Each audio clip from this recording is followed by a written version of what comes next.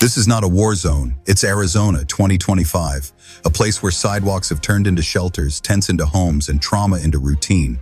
Women stand on corners not for choice, but for survival. Mental illness goes untreated while families sleep in cars and children grow up in chaos. The American dream didn't vanish, it collapsed.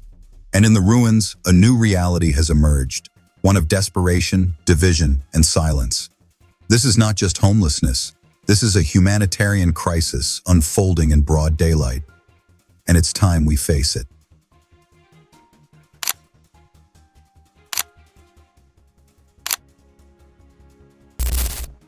Welcome to Globe Path Travel Documentary. Arizona, a land of beauty now shadowed by a growing crisis. People sleep on sidewalks with nothing but thin blankets and plastic sheets. Some stare into space for hours, lost in thoughts they can't escape. Others walk in circles, talking to themselves, not because they're dangerous, but because they're unwell and untreated. Mental illness is everywhere, but invisible. There are no clinics here, no counselors, just silence. Women stand alone at night, clutching their bags, fighting for dignity in a world that looks the other way. This isn't just about homelessness, it's about survival, trauma, and the collapse of care.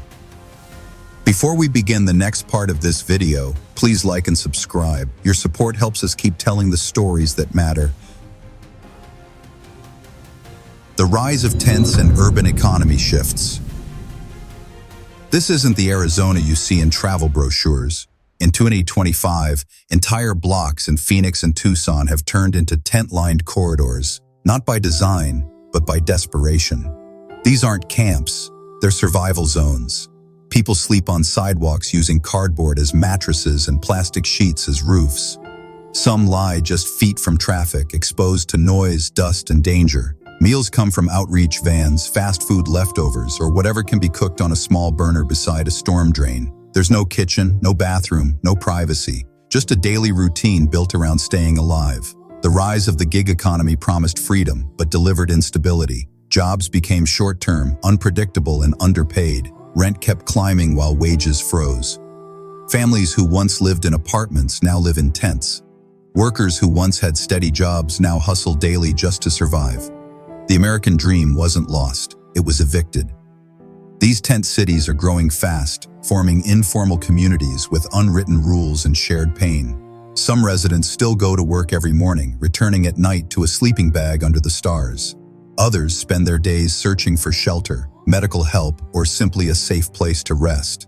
And for women, the struggle is even harder, standing alone at night, guarding their belongings, fighting silently for dignity. This isn't just about poverty, it's about a system collapsing in plain sight. Before we begin the next part of this video, make sure to like, subscribe, and share. Your support helps us tell the stories that others ignore.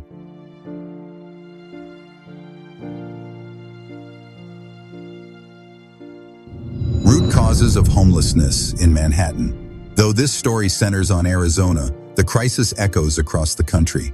And nowhere is it more brutally visible than in Manhattan. Behind the shimmering skyline and billion-dollar real estate lies a humanitarian collapse. 1 in every 120 New Yorkers is homeless. That's not a statistic. That's a city failing its own people. Gentrification is gutting entire neighborhoods. In places like Harlem and the Lower East Side, longtime residents are being priced out by luxury developments and rent hikes that triple overnight. Families who've lived there for generations are forced out, their homes turned into investment properties or short-term rentals. The culture disappears, the community fractures.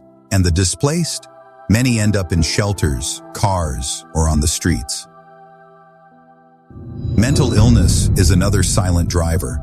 Thousands of homeless individuals suffer from untreated conditions like schizophrenia, bipolar disorder, and PTSD. But psychiatric beds have been slashed. Outreach programs are underfunded. Emergency services are overwhelmed. These people aren't dangerous, they're abandoned. Left to spiral in public, sleep under scaffolding, and break down in subway stations while the city looks away. Housing shortages make the crisis even crueler. Manhattan has homes, but not for the poor. Luxury condos sit empty, owned by shell companies and foreign investors. Meanwhile, shelters overflow and public housing crumbles. Section 8 vouchers are denied or ignored. The city's housing policy has created a paradox. Homes exist, but they're locked away from those who need them most. And behind it all is rising inequality. Wall Street bonuses hit record highs while minimum wage workers juggle 3 jobs and still can't afford rent. One emergency, a job loss, a hospital bill, a divorce, and people fall straight into homelessness. There's no safety net. Just concrete. Arizona is not the exception. It's the forecast. Manhattan's crisis proves that these failures are national, systemic, and spreading. From coast to coast, the same forces are at work. Unaffordable housing, neglected mental health care, and policies that protect profit over people. This isn't just a warning, it's already happening. Women on the streets. Survival under threat. For homeless women in Arizona, every night is a gamble between hunger and harm. The streets aren't just cold, they're predatory. With limited access to women-only shelters and many facilities operating at full capacity or closing due to budget cuts, countless women are left exposed, not just to the elements, but to the worst parts of human behavior. Survival often means making impossible choices. Some women report being followed, harassed, or propositioned within hours of settling into a public space. Others speak of being coerced into dangerous exchanges, offering companionship, labor, or even their bodies, just to afford a motel room for one night of safety.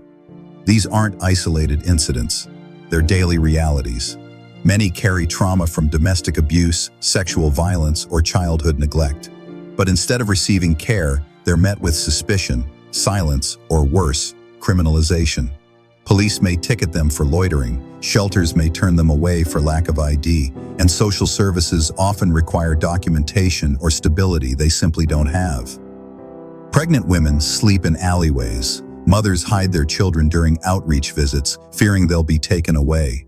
Hygiene becomes a luxury, privacy a memory, and dignity, it's something they have to fight for every single day. These aren't stories of scandal, they're stories of desperation, of women who were failed by abusive partners, failed by broken systems, and now failed by a society that looks away. Arizona's streets have become survival zones. And for women, the threat isn't just homelessness, it's exploitation, invisibility, and fear. Until the system prioritizes safety, trauma care, and gender-specific support, these women will remain unprotected. And their stories, raw, painful, and real, will continue to unfold in silence. Social divisions and hidden battle lines. Homelessness in Arizona isn't just a crisis of shelter. It's a mirror reflecting America's deepest fractures. Public parks, sidewalks, and underpasses have become contested zones where survival collides with resentment and visibility becomes a threat. Tensions between housed residents and the unhoused are no longer subtle, they're boiling. Police sweeps have become routine. Tents are torn down. Belongings are trashed. People are displaced again and again, not because they've committed a crime, but because their presence is deemed inconvenient. Neighborhood complaints trigger enforcement. Political debates frame the unhoused as a nuisance, not as citizens in crisis. Public spaces, once meant for everyone, are now battlegrounds. And beneath these confrontations lies a brutal truth. Race and class disparities are not just present, they're glaring. Black, Indigenous, and Latino communities are disproportionately affected. Generational poverty, systemic discrimination, and unequal access to housing and healthcare have pushed these groups to the margins. In Arizona, the face of homelessness is often a person of color, not by coincidence, but by design. These divisions aren't just social, they're moral. When a city chooses to fund police sweeps over mental health care, when it builds luxury condos instead of affordable housing, when it criminalizes poverty instead of addressing it, it's making a statement about who matters and who doesn't. Homelessness has exposed the fault lines between rich and poor, housed and unhoused, protected and punished. Arizona isn't just managing a crisis, it's revealing the battle lines of a society. high cost of survival. Being homeless in Arizona isn't free, it's punishingly expensive. Every basic human need comes with a price tag. A rundown motel room costs $60 a night. A single shower at a truck stop? $10. A fast food meal? $5 if you're lucky. Multiply that by 7 days and survival starts to look like a luxury subscription, one that most unhoused individuals simply can't afford. Many of them aren't jobless. They're working, full-time, minimum wage, sometimes even double shifts. They clean hotel rooms, stock shelves, serve food, and then they sleep in tents, cars, or alleyways. Not because they're lazy, because their paychecks vanish into overpriced motels, gas tanks, and vending machines. There's no room for savings, no room for error, just a daily hustle to stay alive. And the system? It profits from their pain. Motels charge inflated rates knowing desperate people have no other option. Convenience stores sell overpriced snacks to those with no kitchens. Even shelters sometimes require fees or paperwork that the unhoused can't provide. It's a cruel economy, one built on scarcity, desperation, and survival.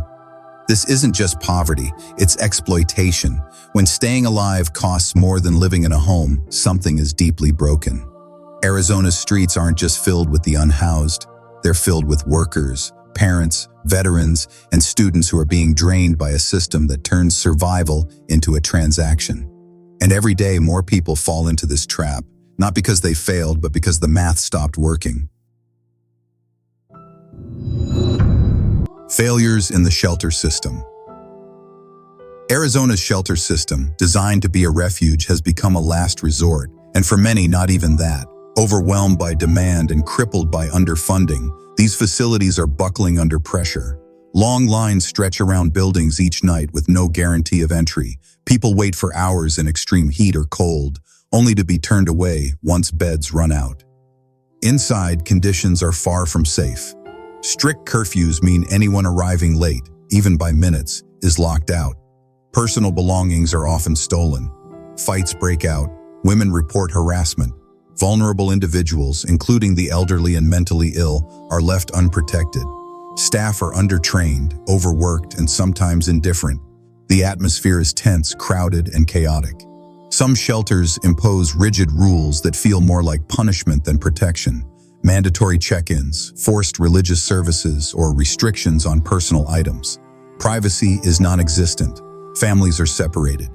LGBTQ+ individuals often face discrimination or are placed in unsafe environments. For many, the streets feel safer than the shelters meant to shield them. These institutions were built to offer hope. Instead, they've become places of fear and frustration. When the system meant to protect the vulnerable becomes another source of trauma, it's not just a failure, it's a betrayal. Arizona's shelter crisis isn't just about capacity. It's about dignity, safety, and the urgent need for reform. Nonprofit organizations battling homelessness. Amid Arizona's homelessness crisis, the boarded-up homes, the overcrowded shelters, the mental health collapse, a quiet resistance is unfolding. Nonprofit organizations are stepping in where government systems have broken down, offering not just aid, but dignity. Groups like Circle the City provide mobile medical care to the unhoused, treating infections, chronic illnesses, and mental health conditions right on the streets. Their vans roll through Phoenix neighborhoods, staffed by nurses and doctors who listen without judgment. For many, it's the only health care they'll receive all year. St. Vincent de Paul serves thousands of hot meals daily, offers transitional housing, and runs programs that help people find jobs, reconnect with family, and rebuild their lives. Their volunteers, retirees, students, former homeless individuals, work long hours with no spotlight, driven by compassion alone. These organizations operate on shoestring budgets, often relying on donations and grants that barely cover the need. They face burnout, bureaucratic hurdles, and rising demand, yet they persist, they show up, they serve. In a system that criminalizes poverty and neglects mental illness, these nonprofits are the last line of defense.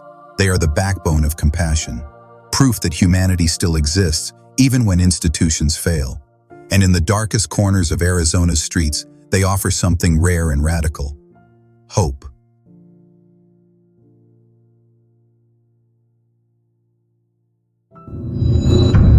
Governmental reforms and challenges. Arizona's government has made promises: housing bonds to build affordable units, mental health outreach to reach the streets, emergency funding to stabilize shelters.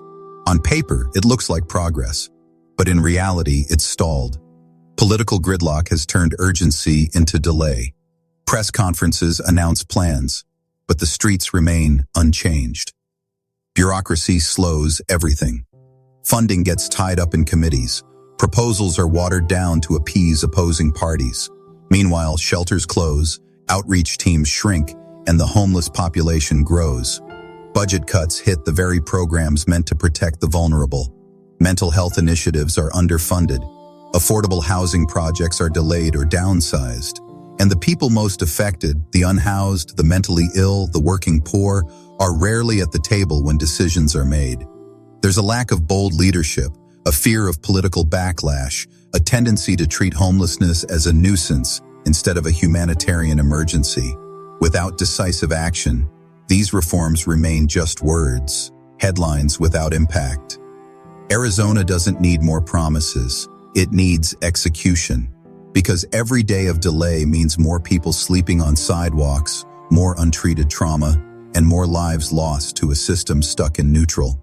The crisis won't wait, and without real leadership, it will only deepen. Conclusion. Embracing hope. Amid the shadows, Arizona's collapse isn't isolated. It's a reflection of wounds etched deep across America's cities.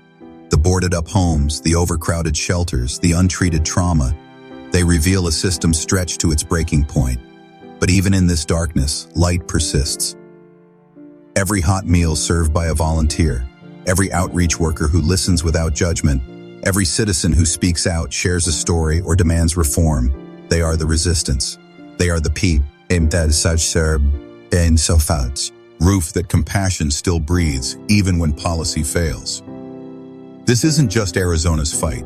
It's a national reckoning, a test of whether society will continue to criminalize poverty or confront it, whether leaders will keep issuing press releases or finally take action, whether we as people will choose silence or solidarity. So share this story, amplify the truth, challenge the systems, and above all, be the hope. Because change doesn't begin in boardrooms or ballot boxes. It begins with voices like yours. Thank you for watching this video. If you learned something, felt something, or have a question, drop it in the comments below. Your voice matters. Like this video to help spread the message. Subscribe to the channel to support more stories that need to be told. And don't forget to press the bell icon so you never miss an update. This isn't just a video. It's a movement. Be part of it. Be the change.